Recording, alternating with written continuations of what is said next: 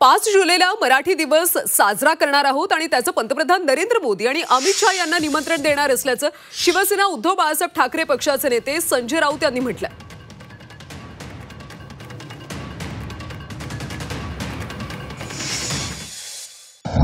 Tiger है भी जिंदे है, सब जिंदा है जगह जगह पे।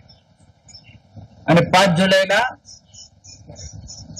मराठी विजय दिवस जो आहे तसं त्यांनाही आम्ही आमंत्रण देणार आहोत, तर त्यांनी बघावं हा विजय दिवसाचा सोहळा काय आहे। 5 जुलैला मराठी भाषेसंदर्भात किंवा हिंदी सक्ती संदर्भात मराठी एकजुटीनं विजय प्राप्त केला। हा विजय या महाराष्ट्र देशावरचा विजय प्राप्त आहे, म्हणून त्यांना जय महाराष्ट्र केला। दरम्यान सत्ताधाऱ्यांना मेळाव्याचं निमंत्रण देणारे ट्विट राऊतांनी केले, ते ट्विट ही आपण पाहूयात।